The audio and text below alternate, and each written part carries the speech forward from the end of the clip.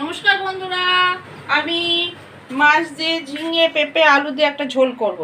নুন হলুদ দিয়ে মাছটা মেখে রেখেছি, আর কড়াই তেল গরম হচ্ছে, এবার ভাজতে দেব মাছটাকে।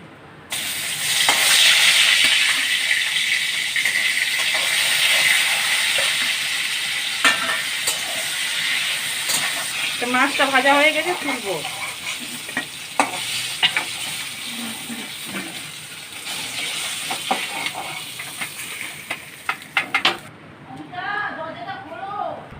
জিরে ফোড়ন দেব, লঙ্কা দেবো, কাঁচা লঙ্কা দিয়ে হতে দেব।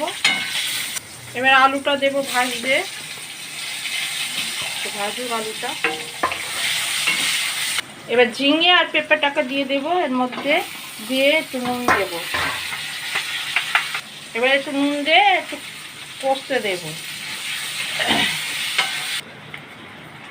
হাফ চামচ হলুদ দিলাম, হাফ চামচ জিরের গুঁড়ো, হাফ চামচ ধনের গুঁড়ো, আর নুন তো দিয়েছি, অল্প একটু নুন দিয়ে একটু কষবো।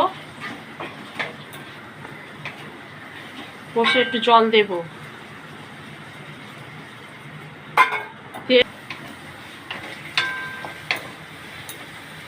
এবার একটু চাপা দেব কষাবার জন্য। এবার অল্প করে জল দিলাম, মশলাটা হয়ে গেছে।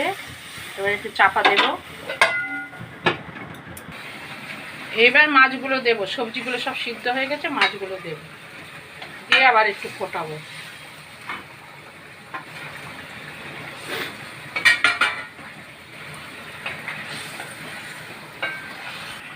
ঝোলটা হয়ে গেছে, ফুটে গেছে, সবজিগুলো সব সিদ্ধ হয়ে গেছে, এবার নামাবো।